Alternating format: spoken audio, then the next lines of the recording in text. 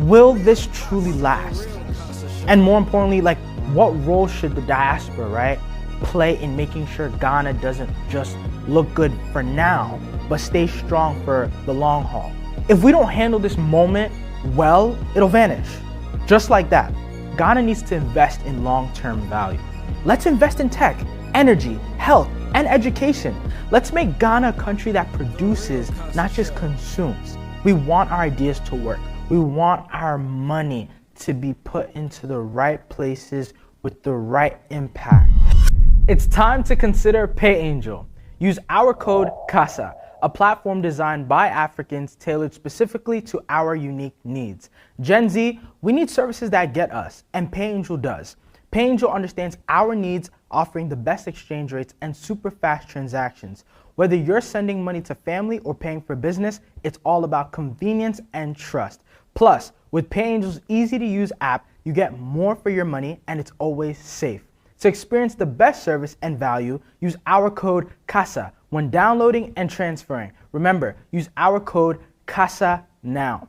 PayAngel, global payments, local simplicity. All right, Diaspora. So Ghana has been on a roll, and I truly believe this is a pivotal moment in our nation's history, from where we stood in 2022 to now being one of the world's best performing currencies. Ghana is commanding global attention like never before, but this isn't just economics. It's something deeper, a shift, a signal. And if you're in the diaspora, this is your wake-up call, right? More Kasa coming up on today's show with no bias, no lies, real Vim, real Kasa. An article published by Cedi Newsroom reads, "The Cedi appreciation, a turning point of temporary relief?" There are multiple factors at play as to why the Cedi is doing pretty well right now. And first things first, the Bank of Ghana has been quietly stacking gold. And I mean, seriously stacking. Like, between May 2024 and April 2025, Ghana increased its gold reserves by over 40%. Which is essentially really smart, putting real muscle behind our currency, right? So gold is a globally trusted store of value. So in the eyes of man, when you've got more of it, you've got more credibility. So this move really tells the world we can back our money. We have something real, and it builds confidence in the Cedi. So this is absolutely good, and this is what we're looking to maintain. Next, the government is finally managing its money better, right? We've had previous years and decades of constant corruption, and finally it looks like the government is finally putting money towards good things. And we're actually catching a lot of the corruption, a lot of frauds, right? Walking around intending to use the money for good things, but then use them for their own personal gain. So they've made deep spending cuts, right? The government in Ghana has made deep spending cuts and removed some of the worst taxes. You remember those? The e-levy, the betting tax, the COVID-19 levy, all gone. This is giving businesses room to breathe again, to be free and comfortable. And on top of that, the government is staying consistent with its IMF program, unlocking more support and building global trust. Now, the next big reason the Cedi is doing well now is because we're not paying off foreign debt right now. Since January, Ghana has paused its debt repayments under the restructuring program, and the next big payment isn't due until this July 2025, I believe. So that break gives us breathing room and reduces the demand for foreign currency, which again helps stabilize the Cedi. So when you put all of that together, we've got something I can call very progressive, very mindful, strong reserves, better spending, high export earnings, and a pause in debt pressure. But here's the real question, right? And this is something that when I heard this, I took time and I pondered on. Will this truly last?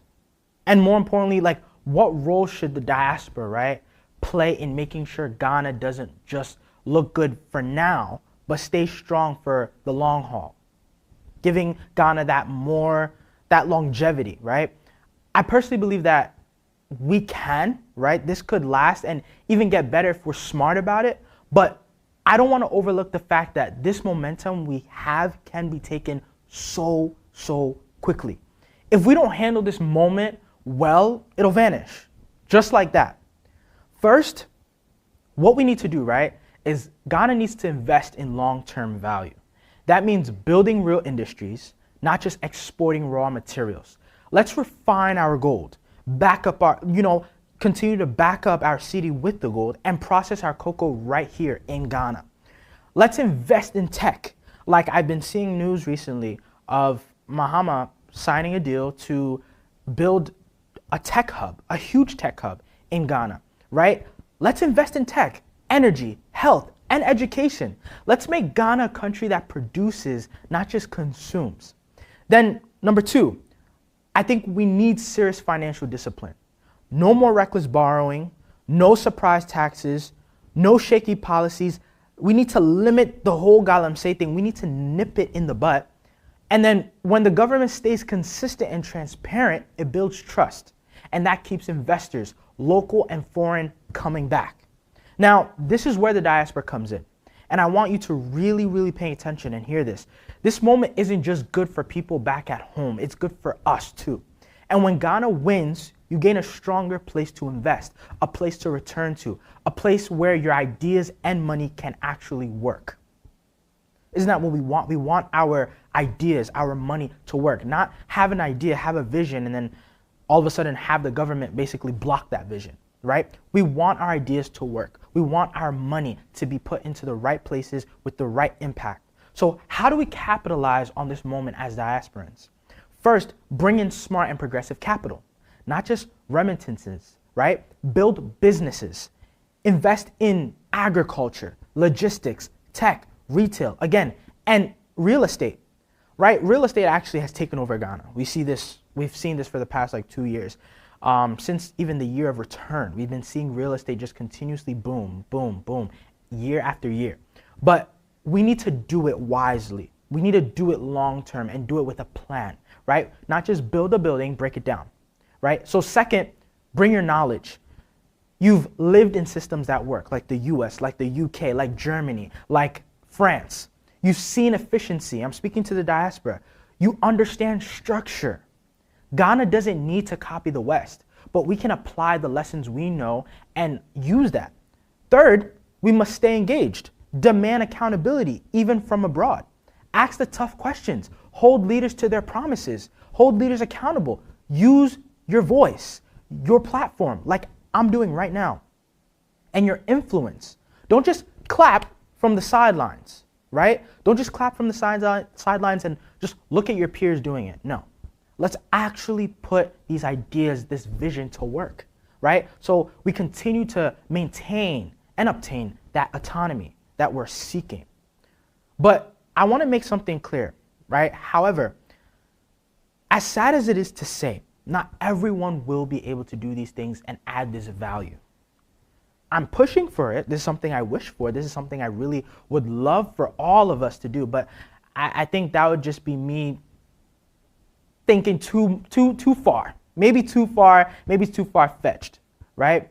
But as like I was saying, as sad as it is to say, not everyone will be able to do these things and add this value. Some don't have as much care or as much dedication to say, okay, yeah, this is the value I want to bring to my people.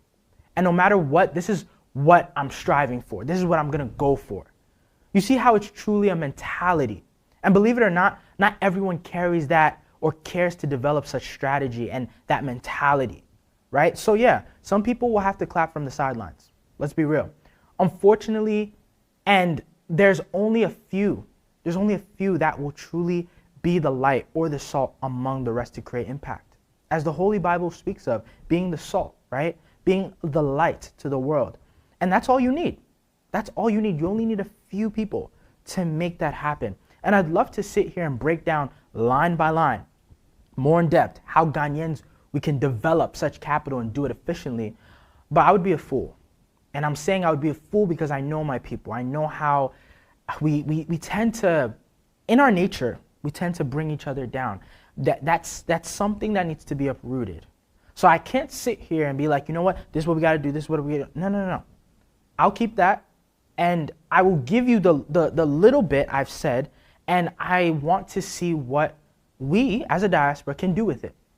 Whether you understand what I'm saying or not, it's okay, but it is your duty to think beyond what you know and be creative. This should come out of Ghana. This should come out of Africa. Because this moment, this rising Cedi, this renewed confidence, it's rare and it's powerful. And it can be extremely, extremely transformational. Well, ladies and gentlemen, it was great talking with you. Unfortunately, that is all the time we have for today. Be blessed, be vigilant, and stay tuned for the next episode on the Real Kasa Show. On the next episode of the Real Kasa Show, we will dive into a conversation that's as real as it gets. Africa, sovereignty, and strategic manipulation. Next episode, we're tackling something serious, the global pushback against African independence movements, specifically what's unfolding in Burkina Faso under Captain Ibrahim Traoré. While some see a bold leader reclaiming his country's gold, others, especially in the West, see a threat to their grip on Africa. We'll break down the recent backlash from the US Senate, General Langley's comments, and how AFRICOM plays into this power game. Diaspora, we are officially one more episode away from our season finale. Glory to the Most High. It's been an unforgettable season, and I want to say thank you from the bottom of my heart to everyone who supported this movement, but we're not done yet. To all my real ones, you don't want to miss this June on the Real Kasa Show. Hey viewers, if you're looking for some amazing West African cuisines in New Jersey, visit Legit African Touch at 52 Ferry Street, South River, New Jersey. Mama's Secret, only continental dishes, preferably Ghanaian or Nigerian dishes, all in Legit African Touch. Get a feel of the African touch now. What up, viewers of The Real Kasa Show? Make sure to follow The Real Kasa Show on X, Instagram, YouTube, and TikTok as well.